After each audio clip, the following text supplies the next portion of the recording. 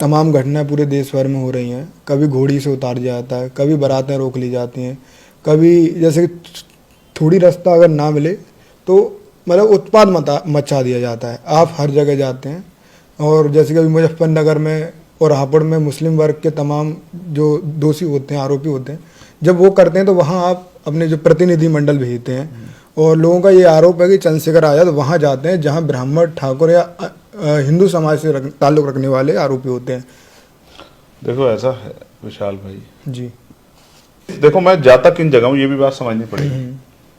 आपकी जो नज़दीकियाँ हैं तमाम बीजेपी नेताओं के साथ देखी जा रही हैं। अभी एक वीडियो भी वायरल हुआ है जिसको बड़ा विरोध कर रहे हैं कि चंद्रशेखर आज़ाद उत्तर प्रदेश में बीजेपी के वीर हनुमान के रूप में काम कर रहे हैं। ऐसे तमाम बड़े आरोप लगाए जा रहे हैं और क्या कुछ ऐसी सच्चाई या कहीं ना कहीं वो आप ही बता सकते हैं? नहीं तो आरोप कौन लगा रहा है?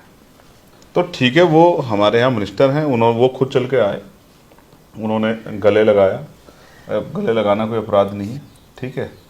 तो मैं स्पष्ट तौर पे कहना चाहता हूँ कि हमारी लड़ाई व्यक्ति से नहीं है, वैचारिकी से। और मैं आपको आज फिर कह रहा हूँ, मैं तो बहुत सारे लोगों से मिला जो उस समय कांग्रेस में थे, समाजवादी में थे, बसपा में थे, आज वो भाजपा में है।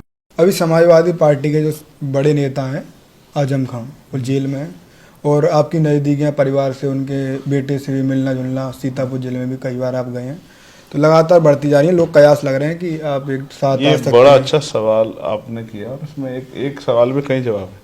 आजम खान जो समाजवादी पार्टी नेता अपने बयानबाजी को लेकर काफ़ी ज़्यादा चर्चा में रहते हैं और आप आजम खान के लिए ये कह रहे हैं कि मतलब कुछ उनसे सीखना भी चाहिए पॉलिटिक्स में, और वह कहीं ना कहीं जो आपको अच्छा लगे वो आप सीख लो और जो उनको आपको लगे कि ये अच्छा ही नहीं है उसको आप छोड़ो। उन्होंने एक ये तो किसी से भी सीख सकते हैं। 16 सितंबर 2016 को एक बयान दिया था जो काफ़ी ज़्यादा चर्चाओं में रहा था कि उन्होंने कहा कि बाबा साहब भू माफिया के तौर पे उन्होंने उपाधि दी थी। तो अभी बहन जी ना 2 जून मुझे माफ करो मैं बहन जी 2 जून 1995 में जो गेस्ट हाउस कांड हुआ उसको लेकर काफी ज्यादा समाजवादी पार्टियों घिरती हुई आ रही है। चंद्रशेखर आजाद उनसे मिल गए जिन्होंने बाबा साहब के विरुद्ध बोला था। चंद्रशेखर आजाद बीजेपी मंत्री, अब मैंने तो उनके यहाँ भी फोन किया था, चले गए, उनके यहाँ भी फोन किया था मैंने मिलने के लिए, तो मैंने तो इसलिए हाथ जोड़ लिए। मैंने फिर क्या कहा, देखो जो कोई काम करेगा उसी को सवाल पूछेगा, जो काम नहीं करेगा उससे क्या सवाल पूछेगा। आज मेरे साथ भीम आर्मी के संस्थापक, आज़ाद समाज पार्टी के प्रमुख, नगीना लोकसभा सुरक्षित से सांसद चंद्रशेखर आज़ाद जी मौजूद हैं, जो कि संसद में आपको दहाड़ते हुए हमेशा दिखाई देते होंगे।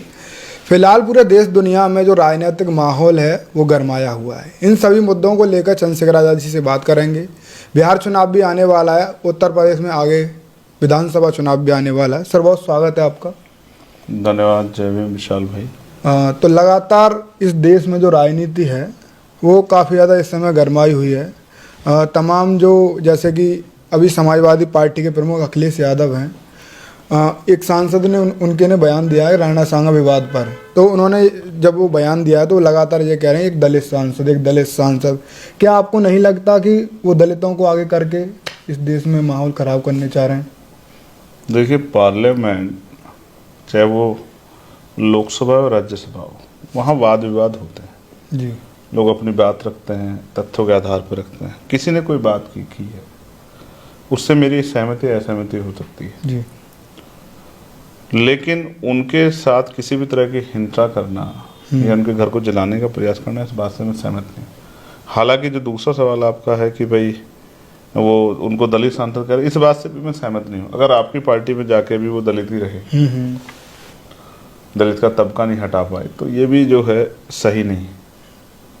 मैं स्पष्ट तौर पर कहना चाहता हूं कि भाई भारत में सहमति असहमति लोकतंत्र की खूबसूरती है, लेकिन इसके नाम पे हिंसा अराजकता को जो है वो छूट नहीं दी जा सकती और सभी को अपने शब्दों में गरिमा रखनी चाहिए, चाहे वो पक्ष हो या विपक्ष हो। विपक्ष के लोग तो इससे भी आगे निकले हैं।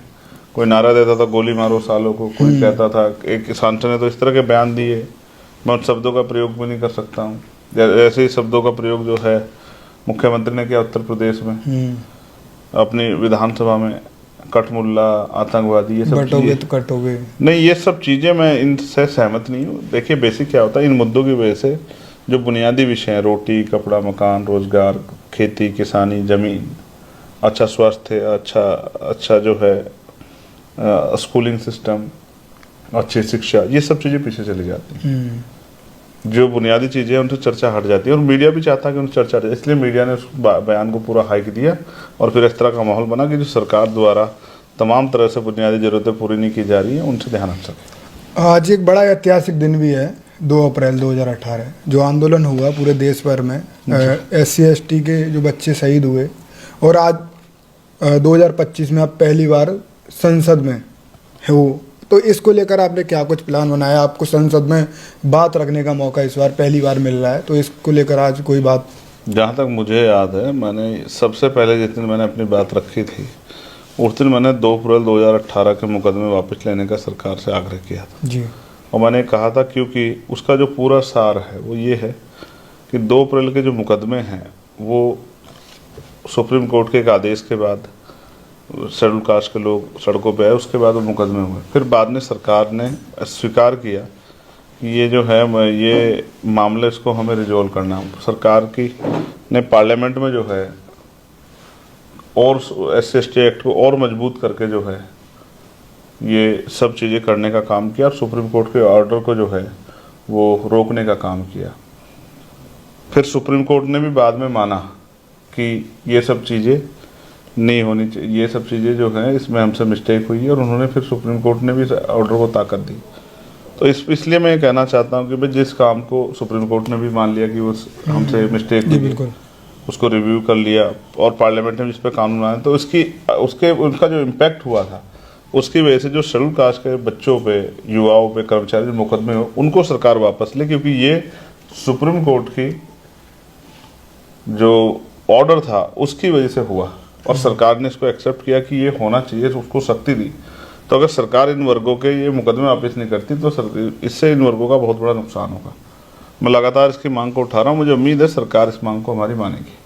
देश भर में एक और मुद्दा काफी ज्यादा, मैं आज उन शहीदों को भी नमन करता हूँ जिन्होंने 2 अप्रैल के दिन बलिदान देके समाज के अधिकारों की रक्षा करने का काम किया। आज देश भर में बिल पारित भी हो रहा है, जैसे कि संशोधन वक्फ बोर्ड पर आज कार्रवाई चल रही है सदन में, तो काफ़ी ज़्यादा माहौल गर्म है पूरे देश भर में। और जैसे कि अलीगढ़ ज़िला हो गया, आजमगढ़ ज़िला हो गया, आगरा ज़िला हो गया, इनमें तो PSC भी तैनात कर दी गई है। तो कैसे देख पा रहे हैं ये जो उत्तर प्रदेश सरकार? देखिए, उत्तर प्रदेश या देश भर में जब भी किसी के अधिकारों पर अतिक्रमण होगा तो वो विरोध करेगा। विरोध का अधिकार संविधान ने आर्टिकल 19 ने हमें दिया। हालांकि अब जो विरोध करने के लिए कोशिश करता है उसका गला घोटने का काम सरकार करती है। जैसे अभी 10 तारीख को हमारा आंदोलन 10 मार्च को, उसका गला घोटने का काम सरकार ने किया, फिर भी वहाँ हजारों हजार संख्या में लखनऊ लोग पहुँचे। तो सरकार को ये भय है, क्योंकि सरकार कह रही है कि हम ये बिल मुसलमानों के लिए ला रहे हैं, उनके फायदे के लिए, गरीब मुसलमानों के लिए नहीं होगा।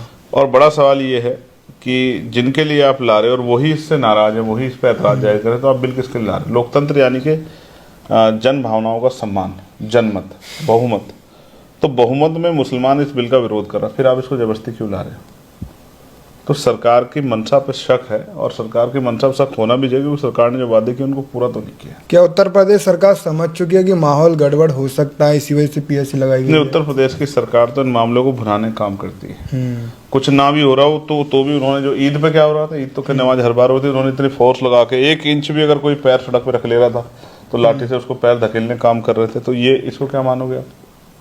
ठीक है, ये तो सरकार की तानाशाही है, लोगों को परेशान करना, लोगों के मन में भय पैदा करना, इस तरह का माहौल बनाना, उस पर फिर मीडिया के द्वारा चर्चा करवाना जिससे सरकार को फायदा हो। विपक्ष लगातार हल्ला बोल है वक्फ बोर्ड पर, और मुझे नहीं लगता क्योंकि सरकार के पास पूर्ण बहुमत है इस बिल को पास करने के लिए। और क्या लग रहा है आप इस कार्रवाई को रोक पाओगे? मतलब नहीं, ये सरकार चाह रही है, थोड़ा सा कंफ्यूजन है, मैं इसको तो सरकार के पास बहुमत है। हम लोग कोशिश कर रहे हैं कि जो बहुमत सरकार के पास है उसमें से कुछ लोग अपना हृदय पर प्रवेश कर रहे हैं, अपना मन बदलें और वो इस बिल के विरोध में आके हमारे साथ खड़े हों जी। हालांकि क्योंकि मेजोरिटी तो सरकार की मेजोरिटी नहीं होती, सरकार कैसे होती? तो सरकार का बहुमत, लेकिन हम कोशिश कर रहे हैं, चाहे नीतीश जी के लोग हैं, नायडू जी के, LJP के लोग हों, उन सबसे हमने कोशिश की है कि भाई चर्चा की और उनको समझाने का भी काम किया है कि सत्ता लंबे समय नहीं रहेगी, बाद में जो है फिर जो है देश के लोगों का की विजय होगी, लोकतंत्र की, संविधान की विजय होगी। तो संविधान विरोधी कानूनों के खिलाफ आपको अपना स्टैंड लेना चाहिए, क्योंकि इससे स्पष्ट हो जाएगा कि कौन किस वर्ग का कितना हितैषी। अभी जो वक्फ बोर्ड, मतलब ये मैं इसी टॉपिक पे एक और सवाल जानना चाहूँगा, क्या लग रहा है कि ये जो सरकार है इससे मुस्लिम को नुकसान होगा? अगर ये पास होता है तो? बिल्कुल डेफिनेटली नुकसान होगा। इससे सरकार को एक जो है अपना एजेंडा लागू कराने का अवसर मिलेगा। डिस्प्यूटेड प्रॉपर्टी पे सरकार के लोग अभी जो जहाँ जैसे संभल है, तो संभल की मस्जिद तो डिस्प्यूटेड नहीं थी, लेकिन उसको डिस्प्यूटेड कर दिया गया। अब वहाँ जो है तमाम जब भी कोई नमाज का कार्यक्रम होता है या कोई धार्मिक कार्यक्रम होता है तो उसको सेंसिटिव बना दिया पूरे उसको, जैसे पता नहीं क्या होने वाला, फोर्स लगती है, मीडिया डिबेट्स होती हैं। तो इसी तरह कल किसी भी डिस्प्यूटेड प्रॉपर्टी पे इस तरह के इश्यूज को जो है और उसको क्रिएट करके और उससे जो है राजनीतिक फायदा लेने का काम सरकार करेगी, मुझे ऐसा लगता है। अच्छा, आने वाले जो चुनाव हैं, आप लगातार अपनी पार्टी के कैडराइज तरीके से आपने अपना जो तरीका है पॉलिटिक्स करने का वो भी बदल दिया है कहीं ना कहीं, और आप कैडर तरीके से अपने लोगों को मजबूत करना चाह रहे हैं। आने वाले चुनाव में 2027 में उत्तर प्रदेश में और हाल ही में वहाँ बिहार में चुनाव हैं, तो उनको लेकर क्या कुछ रणनीति है? किसी पार्टी के साथ अलायंस है या आप अपने दम पर कुछ? देखिए, चुनाव दूर है, जिसके अपने अंदर खुद के अंदर ताकत नहीं होती उसकी कोई मदद नहीं एक्टिविटी काफ़ी ज़्यादा बढ़ गई है ना, उसकी कोई मदद ना करता है ना कोई उससे मदद लेता है। जिसके खुद के पैर कमजोर होते हैं, तो हम अपने पैर मजबूत कर रहे हैं, जमीन मजबूत कर रहे हैं, लोगों तक पहुंच रहे हैं, लोगों को जागरूक कर रहे हैं, लोगों को जोड़ रहे हैं। तो जब हम मजबूत होंगे तो हर कोई हमसे बात करेगा जी। तो जब तक हम मजबूत नहीं होंगे तब तक तो लोग हमारी मजाक, एक पार्टी के नेता हमारी मजाक उड़ा करते थे कि वो तो जो है पार्षद नहीं जीत सकता, तो सभासद नहीं जीत सकता, प्रधान ही नहीं जीत सकता। लेकिन ये सब चीज़ें तो आपके सामने ही हुई कि हमने चुनाव भी जीता और चुनाव जीत के जो है अपने आप को साबित भी किया। अभी जो जैसे कि अभी तमाम घटनाएं पूरे देश भर में हो रही हैं, कभी घोड़ी से उतार दिया जाता है, कभी बारातें रोक ली जाती हैं, कभी जैसे कि थोड़ी रास्ता अगर ना मिले तो मतलब उत्पाद मचा दिया जाता है। आप हर जगह जाते हैं, और जैसे कि अभी मुजफ्फरनगर में और हापुड़ में मुस्लिम वर्ग के तमाम जो दोषी होते हैं, आरोपी होते हैं, जब वो करते हैं तो वहाँ आप अपने जो प्रतिनिधि मंडल भेजते हैं, और लोगों का ये आरोप है कि चंद्रशेखर आज़ाद वहाँ जाते हैं जहाँ ब्राह्मण, ठाकुर या हिंदू समाज से ताल्लुक़ रखने वाले आरोपी होते हैं। देखो, ऐसा है विशाल भाई जी, आप घटनाएं तो रोज हो रही है। बिल्कुल। तो पिछले 15 दिनों में मैं किस घटना पर गया हूँ, आप बताओ। मथुरा में गई थी आप इस बार? 15 दिन नहीं हुए, ज्यादा हो गए। ज्यादा हो गए नहीं, लास्ट आप तो दोनों उस कार्यक्रम में थे, आपको याद होगा किस तारीख की घटना? फरवरी को गए थे आप शायद। 28 फरवरी को आई थी। नहीं, 28 फरवरी को गए थे। अब आप ये समझिए कि मार्च खत्म हो गया, आज हम लोग 2 अप्रैल पे बात कर रहे हैं। जी बिल्कुल। ठीक है, 1 महीना 2 दिन। इस 1 महीना 2 दिन में मैं किसी पीड़ित परिवार से मिलने नहीं मिले आप? तो जब मैं इस सदन का मेंबर नहीं था तब मेरे पास समय ज़्यादा होता था, तो मैं हर दिन किसी न किसी पीड़ित परिवार से मिलने जाता था। अब क्योंकि समय कम है, और देखो मैं जाता किन जगह हूँ ये भी बात समझनी पड़ेगी। जहां न्याय मुश्किल हो रहा है, जैसे मथुरा में क्यों गया? मथुरा में इसलिए गया, पहली घटना में इसलिए गया कि मथुरा में मेरे पास सूचना आई, जब मेरी परिवार से बात हुई कि वो बच्चियां खाना नहीं खा रही, वो परिवार डर के साए में है। उन्होंने संकल्प लिया कि जब तक शादी नहीं होगी तब तक वो अपना मंडप नहीं उखाड़ेंगे, और जो लोग जेल चले गए उनको धमकी दे रहे हैं। तब मैं भाई होने के नाते गया, और उसका प्रभाव क्या हुआ? शादी हुई। कि उन बच्चों ने, उस परिवार ने मेरी अपील मान के वो शादी तय की, और वो शादी उसी तिथि में हुई जिस तिथि में उन्होंने तय की थी, 7 तारीख को। 7 तारीख में। एक बात। दूसरी घटना में क्यों गया? क्योंकि जो बघेल साहब की हत्या हुई थी उनको, उनके बाकी आरोपी गिरफ्तार नहीं हो रहे थे, इसलिए मैं दूसरी घटना में गया। तीसरी जो घटना थी उसमें वो परिवार डर के साए में था, वो हिम्मत नहीं जुटा पा रहा था, और उसमें से बहुत सारे लोग गिरफ्तार नहीं हुए थे। अब आप सोचो कि जिस घटना में त्वरित कार्रवाई हो रही है, जिसमें एक आरोपी एक का एक गिरफ्तार, जिसमें 10 आरोपी 10 के 10 गिरफ्तार, तो उस घटना में मैं करने क्या जाऊंगा? अगर मैं उसमें जाऊंगा तो कहेंगे कि आप राजनीति कर रहे हैं। जब सब कुछ हो गया तो मैं क्या करूं? ठीक है, जैसे बहुत सारी बातें होती है कि साहब वो भी तो जाते हैं, ये भी जाते हैं, लोकतंत्र में सबको जाना चाहिए। मगर आप बताओ, आपको भी ये काम करते थे लंबा समय हो गया, 2019 पिछले 5 साल से पहले आपने देखा कोई जाता था क्या? जब से भीम आर्मी ने लोगों के दुख दर्द में जाना शुरू किया, तब से सारी पार्टियों ने हमसे सीखा और जाना शुरू किया है। एक पार्टी जो आजकल खूब दौड़ भाग कर रही है आने जाने में, उसके बारे में तो ये सर्वविदित था कि वो किसी के दुख सुख में जाते ही नहीं है, वो कोई आंदोलन नहीं करते हैं। वो तो कहते हैं कि हम जो है सत्ता से सब कुछ बदलेंगे, हम कोई आंदोलन नहीं करेंगे। अब तो आंदोलन भी कर रहे हैं, अब तो आ जा भी रहे, तो ऐसा क्या हो गया? तो हमने अपना रास्ता बदला या किसी और पार्टी ने अपना रास्ता बदला? हमारा रास्ता उचित है। और देखो, इतना बड़ा संगठन है, मैं अकेला ही कहाँ जा सकता हूँ? जी। तो उड़ीसा के लोग उड़ीसा में जाते हैं, झारखंड के लोग झारखंड में जाते हैं। मैं क्यों गया छत्तीसगढ़? क्योंकि छत्तीसगढ़ में न्याय नहीं मिल रहा था, वहाँ के ज़्यादा लोग बंद कर दिए गए, कोई बात रखने वाला था, इसलिए मैं छत्तीसगढ़ गया। अगर छत्तीसगढ़ के लोग ही वहाँ बाहर होते, जिले के लोगों पर कार्रवाई होती और प्रदेश के लोग बाहर होते, प्रदेश के लोग खुद संभाल लेते। तो मैं भी गया, विनय भाई भी गए, तो हम सब लोग, मैं वहाँ जाता हूँ स्पेशली जहाँ न्याय की उम्मीद कम होती है। इस सरकार में मुसलमान को अपराध कर दे और वो चैन से सो जाए, ये तो संभव ही नहीं है। अपराध झूठा हो सच्चा हो, मैं इस पर नहीं कह रहा हूँ, लेकिन उसको अगर वो चैन से सो जाए तो ये बुलडोजर किसके घरों पे चले? आपने उनके अलावा देखा किसी घरों में बुलडोजर चलता हुआ? लगातार पंचायत भी इसलिए होती है। जैसे बीजेपी के लोग सिलेक्टिव पॉलिटिक्स करते हैं, बीजेपी के लोग मथुरा गए शादी में, लेकिन उसके बराबर बघेल साहब की हत्या में नहीं गए। उससे अगली तरफ जहाँ दलित समाज में गोली चली वहां नहीं गए, ठीक है? तो वो वहां नहीं जाते जहां बेसिक क्या है कि मैं परिवार से बातें तो मोस्टली सबसे करता हूँ, मैं उसका उस तरह प्रचार नहीं करता कि उसका वीडियो रिकॉर्ड करके बड़े पैमाने पे उसको प्रचारित करूँ कि देखो मेरी बात होगी, लेकिन मैं उस सारे परिवार से बात करता हूँ और जहाँ स्थिति ऐसी होती है वो जान से वहाँ मैं जाता हूँ। मैं ना मुसलमान देखता, ना मैं हिंदू देखता, ना मैं और किसी चीज़ को देखता। जहाँ जो अपराधी होता है मैं अपराधी को अपराधी मानता हूँ, ठीक है? और मैं ब्राह्मण ठाकुरों बनियों का विरोधी नहीं हूँ। मैं तो चाहता हूँ कि वो भी समता के मार्ग पे आए, वो भी मानवतावादी सोच को अपने अंदर धारण करें और उसके साथ आगे बढ़े। मैं उनका भी दुश्मन नहीं, मैं तो ब्राह्मणवाद का दुश्मन हूँ, किसी जाति का दुश्मन नहीं, किसी वर्ग का दुश्मन नहीं, किसी व्यक्ति का दुश्मन नहीं। मैं तो उस व्यवस्था का दुश्मन हूँ जो व्यवस्था आदमी को बांटने काम करती। लगातार अभी आपकी जो नज़दीकियाँ हैं तमाम बीजेपी नेताओं के साथ देखी जा रही हैं। अभी एक वीडियो भी वायरल हुआ है जिसको बड़ा विरोध कर रहे हैं कि चंद्रशेखर आज़ाद उत्तर प्रदेश में बीजेपी के वीर हनुमान के रूप में काम कर रहे हैं। ऐसे तमाम बड़े आरोप लगाए जा रहे हैं, और क्या कुछ ऐसी सच्चाई या कहीं ना कहीं वो आप ही बता सकते हैं? नहीं तो आरोप कौन लगा रहा है? आपके विरोधी। मेरे विरोधी कौन है?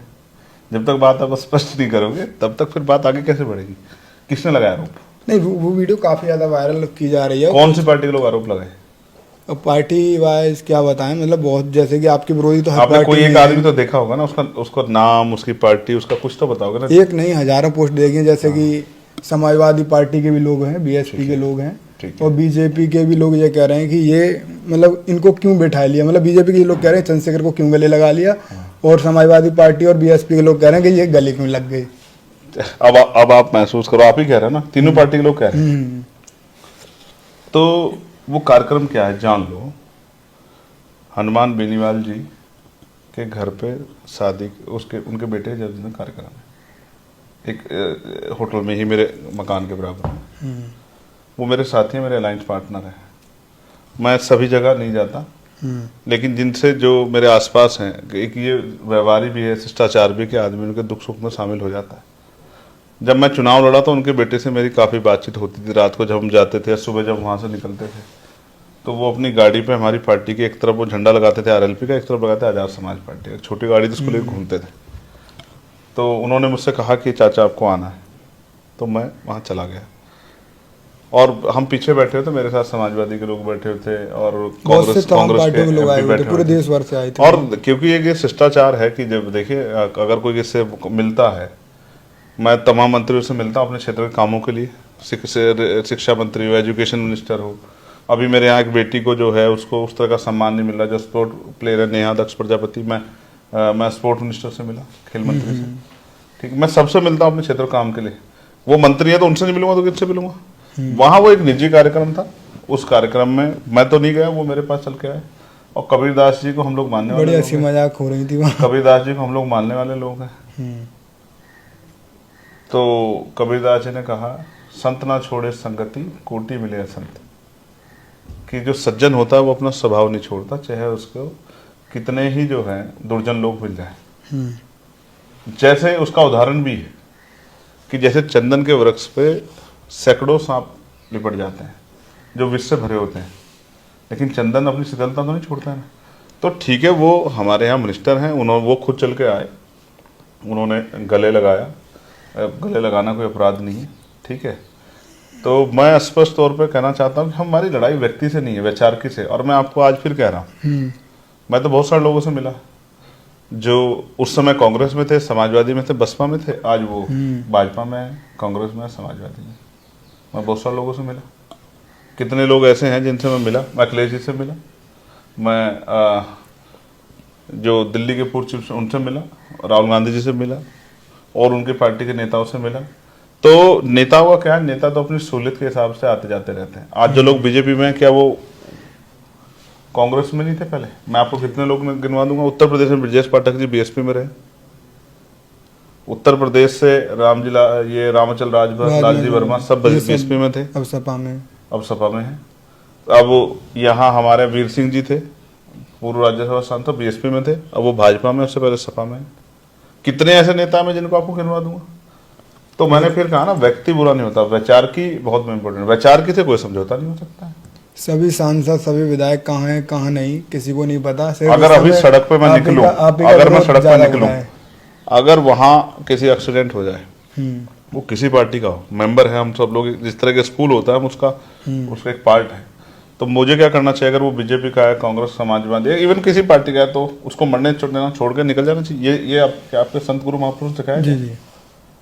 मैंने कहा ना, मैं फिर स्पष्टवादी बात, मैं तो चाहता हूँ कि जो मानवतावादी गुण मेरे अंदर है, जो प्रेम मेरे अंदर है, वो जिनके अंदर नफरत है उनके अंदर से भी निकल जाए, जो पॉजिटिवनेस हमारे में है वो उनमें भी जाए, और वो अपना जो अपने अंदर जो है, जो नकारात्मकता या जो किसी प्रति द्वेष है वो छोड़े।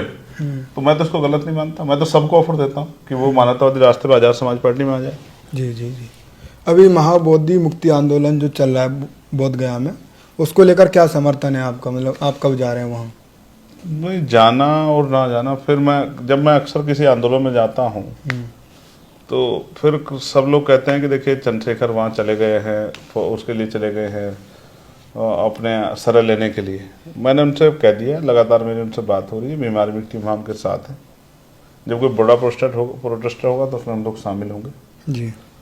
कल परसों में उसको लेके हमारी एक मीटिंग हुई है, तो मैं भी उसको उस तरह से क्लियर नहीं कर सकता हूँ कि उस मीटिंग में क्या होने वाला है, लेकिन मैंने उनको विश्वास दिलाया। क्योंकि ये मुद्दा किसने उठाया पार्लियामेंट में, बताओ? पिछले 75 सालों बाद में आज़ादी के अब तक किसी सांसद ने उठाया। सबसे पहले जो अगर किसने उठाया तो वो चंद्रशेखर आजाद ने उठाया जी। तो ये विषय मैंने उठाया, ये इस विषय की गंभीरता को मैं समझता हूँ। तो लेकिन लीड कौन कर रहा है? लीड कर रहे हैं भंते जी। तो जैसा भी उनका आदेश होगा, जब भी आदेश हो, जिस तरह की स्थिति होगी उस तरह से उनका साथ देंगे, उसमें तो कोई दो राय नहीं। अभी समाजवादी पार्टी के जो बड़े नेता हैं आजम खान, वो जेल में है, और आपकी नज़दीकियाँ परिवार से, उनके बेटे से भी मिलना जुलना, सीतापुर जेल में भी कई बार आप गए हैं, तो लगातार बढ़ती जा रही है। लोग कयास लग रहे हैं कि आप एक साथ ये बड़ा अच्छा सवाल आपने किया, और इसमें एक सवाल में कई जवाब है। इसमें वो जवाब भी है गिरिराज सिंह जी वाला भी जो है। मैं जब मुझे गोली लगी तो आजम खान आके मेरे गले मिले, तो क्या वो आजाद समाज पार्टी में आ गए या मैं समाजवादी पार्टी में चला गया? आप बताओ, नहीं हुआ ना। अब मैं उनसे मिलने उनके दुख में गया, उनके घर भी गया, तो क्या वो आजाद समाज पार्टी में आ गए या मैं उनकी पार्टी से, जिस पार्टी में उन पार्टी जुड़ गया? फिर मैं कहता हूँ, किसी के दुख सुख में साथ जाना, हमारे लोगों को बहुत समझदारी से काम करना चाहिए। दुश्मन का काम होता है वो हमारे लोगों को गुमराह करेंगे, हमारे लोगों का काम है कि गुमराह ना हो। उनसे मेरे व्यक्तिगत रिश्ते हैं, वो मेरे दुख में मेरे साथ खड़े हुए हैं, मैं उनका सम्मान करता हूँ। वो बड़े नेता हैं उत्तर प्रदेश के, देश के। तो मैं उनके दुख में गया था। पॉलिटिकल कभी कोई बात होगी तो मैं जरूर आपके सामने शेयर करूंगा, क्योंकि ये कोई बंद कमरे का काम तो है नहीं। उत्तर प्रदेश में बड़ी चर्चा है, और आप जाते हो वो दूसरे दिन अखिलेश यादव जी चले जाते हैं। मतलब ये जानना चाहते हैं क्या आप उनसे क्या कह के आए, क्या बात हुई, क्यों जाते हैं अखिलेश यादव? पॉलिटिकल बात उनसे नहीं होती। हालांकि उनसे बहुत कुछ सीखने को है, क्योंकि उनका एक लंबा अनुभव है। अगर कोई चाहे तो मेरे जैसा नया आदमी उनसे सीख सकता है। बहुत राजनीतिक होते तो हम उस तरह के होते तो किसी के पास नहीं खड़े होते, कोने में बैठे रहते। अच्छा सोचो मैं किसी प्रोग्राम में जाऊं और वहां मुझसे लोग मिले ना, तो फिर हमारे विरोधी कहेंगे बताइए इनका लोग सम्मान ही नहीं करता है। और मैं चला गया मुझसे मिलने तो लोग कह रहे हैं साहब इनके साथ क्यों मिल रही है? तो मैं किसी का जवाब दूं? मेरा काम, मैंने जो एक लाइन आपको कही कबीरदास जी की, संत ना छोड़े संगति कोटि मिले संत, मैं उस बात पे अपने हूँ। और क्योंकि मैं वैचारिक व्यक्ति हूँ, मुझसे मिलने के बाद किसी के मन में अच्छे विचार तो आ सकते हैं, पूरे विचार नहीं आए। आजम खान जो समाजवादी पार्टी नेता अपने बयानबाजी को लेकर काफ़ी ज़्यादा चर्चा में रहते हैं, और आप आजम खान के लिए ये कह रहे हैं मतलब कुछ उनसे सीखना भी चाहिए पॉलिटिक्स में, और वह कहीं ना कहीं जो आपको अच्छा लगे वो आप सीख लो, और जो उनको आपको लगे कि ये अच्छा ही नहीं है उसको आप छोड़ो। उन्होंने किसी से भी सीख सकते हैं। 16 सितंबर 2016 को एक बयान दिया था जो काफ़ी ज़्यादा चर्चाओं में रहा था, कि उन्होंने कहा कि बाबा साहब भूमाफिया के तौर पे उन्होंने उपाधि दी थी। तो इस बयान को देखने के बाद उसी बाबा साहब के संविधान की वजह से उनको तमाम तरह की परेशानियों से बेल और तमाम तरह की चीजें जो है उसी की वजह से हो रही है। जो जिस पार्टी में होता है जैसे अभी आपने गिरिराज सिंह की, तो गिरिराज सिंह जब तक उस पार्टी में है तो वो भाषा बोलेंगे। जब वहां से निकल के आ जाएंगे तो पूरी समाजवादी पार्टी ने, आप बताओ, आप उनकी बात कर रहे हो? BSP आप प्रमोशन में सरकार- आरक्षण का बिल किसने फाड़ा? जितने महापुरुषों, बीएसपी सरकार में महापुरुषों के जिलों के नाम रखे तो किसने वो किए? लेकिन फिर भी स्टैचू तोड़ी उस बयान के बावजूद भी, मैं आपको याद दिलाता हूँ, 2019 में उस बयान के बावजूद भी, इतना दलितों के सताने के बावजूद भी, इतने तमाम जगह के नाम बदलने के बावजूद भी बहन जी ने समाजवादी पार्टी से अलायंस किया और खुद आजम खान जी के प्रचार में जाके रैली करके उनके लिए वोट मांग के आई। साल 2019 आई या नहीं आई? हाँ आई या नहीं आई, बताओ। बिल्कुल। तो किसी पे कुछ भी कहने से पहले एक बार आदमी को अपने अंदर भी झांक के देखना चाहिए कि हम कितने साफ सुथरे हैं। अभी बहन जी ना मुझे माफ कर, 2 जून मुझे माफ करो, 1995 मैं बहन जी पे 2 किसी जून सवाल- 1995 में जो गेस्ट मैं टाउन एक कांड हुआ, मिनट उसको तो लेकर सुनिए। काफी ज्यादा समाजवादी पार्टियों घिरती हुई आ रही हैं। क्या 2019 में ये सब बातें भुलाई? क्या कैसे हुआ? अब उनके आप कैसे उनके- इस पॉलिटिक्स को देख? वो करे तो रासलीला, हम करें तो करेक्टर ढीला। देखो फिर मेरी बात को जानो, उन्होंने अलायंस किया, हमने उनसे सीखा कि मिलजुल के आज की राजनीति में हम लोग कामयाब हो सकते हैं, भाजपा को रोक सकते हैं, इसलिए हमने उनसे अलायंस कर दूसरी बार हाथ बढ़ाया 22 में। पिछले अब आपने कहा कि उन्होंने 2 अप्रैल का जिक्र किया, तो भाई 2 अप्रैल के जिक्र तो आपको फिर आप ये कहेंगे, अगर आप हाथ बढ़ाते हैं कि भाई हमें संविधान बचाना है और जो है देश बचाना है, तो ठीक है, हम हाथ बढ़ाते हैं तो हम गलत हो जाते हैं। तो आपने अलायंस क्यों किया 2019 में? और जब अलायंस किया तो आपने कहा अपनी बातों से कि ये इनका कोई दोष नहीं था, उनका कोई दोष नहीं, फिर अब इस तरह की बातें क्यों करने लगे हो? तो देखो बहन जी हमारी बड़ी है, मैं उनका सम्मान करता हूँ, लेकिन मैं उनसे उनके किसी भी सवाल पे से जवाब देना चाहता। मेरे आज भी याद है, मैं कहीं था, मैं वो गया था मथुरा, तो मथुरा में अंजुल ने मुझसे पूछा था, तो मैंने उस दिन उनसे कहा था कि अब मैंने जो है हाथ जोड़ ले कि अब मैं ना उनके यहाँ जाने की बात करूंगा, ना उनके यहाँ फोन करूंगा। अभी आप मिलने क्योंकि की आजाद समाज पार्टी अपने बलबूते अपने आंदोलन, इस महापुरुषों के आंदोलन को आगे बढ़ाने का काम कर रही है, और जब आजाद समाज पार्टी लोग संघर्ष कर रहे हैं तो उन्हीं को समाज का आशीर्वाद मिलेगा, ऐसा मेरा विश्वास है। आजाद उनसे मिल गए जिन्होंने बाबा साहब के विरुद्ध बोला था, चंद्रशेखर आजाद बीजेपी मंत्री। अब मैंने तो उनके यहाँ भी फोन किया वहाँ था, चले गए, उनके यहाँ भी फोन किया था मैंने मिलने के लिए, तो मैंने तो इसलिए हाथ जोड़ लिए। मैंने फिर क्या कहा, देखो जो कोई काम करेगा उसी को सवाल पूछेगा, जो काम नहीं करेगा उससे क्या सवाल पूछेगा? तो जिसके अंदर उम्मीद होती है समाज उससे सवाल करता है। मैं तो जो आज उस दल में जो लोग हैं उनसे भी कहना चाहता हूँ कि वास्तविकता में अगर आप महापुरुषों की विचारधारा को आगे बढ़ाने के, महापुरुषों के मिशन काम करना चाहते हैं, तो फिर आपको व्यक्ति की चिंता नहीं करनी, फिर आपको विचारधारा की चिंता करनी चाहिए। और विचारधारा वो आजाद समाज पार्टी बहुत तेजी से महापुरुषों की विचारधारा पर आगे बढ़ रही है, तो उनको विचार के साथ खड़े होकर आजाद समाज पार्टी का साथ देना चाहिए। और जैसा मौका उन्होंने पिछले आंदोलन का, एक मौका हमें भी देकर देखना चाहिए, फिर आपको खुद ही पता लगेगा कौन सही है कौन गलत है। तो आज मेरे साथ भीम आर्मी संस्थापक चंद्रशेखर आजाद, जो नगीना लोकसभा से सांसद भी हैं और लगातार सदन में अपने मुद्दों, अपनी बयानबाजी से चर्चाओं में रहते हैं। फिलहाल इनसे तमाम सवाल किया, जो भी आपके डाउट थे वो भी कहीं ना कहीं मुझे लग रहा है इस इंटरव्यू में क्लियर हुए। साथियों, जैसा कि आपको पता है, बी मिशन टीवी हमेशा ग्राउंड जीरो की रिपोर्ट आपके बीच रखता है। अगर आपको हमारा काम पसंद आता है तो बी मिशन टीवी को आर्थिक मदद करें, जिससे कि हम यूं ही निरंतर ग्राउंड लेवल पर काम करते रहें। स्क्रीन पर दिख रहे QR कोड को स्कैन करें और अपने दान की राशि बी मिशन टीवी के खाते में भेजें। QR कोड के अलावा आप हमारी UPI ID bmissiontv@ybl पर भी मदद भेज सकते हैं। जय भीम।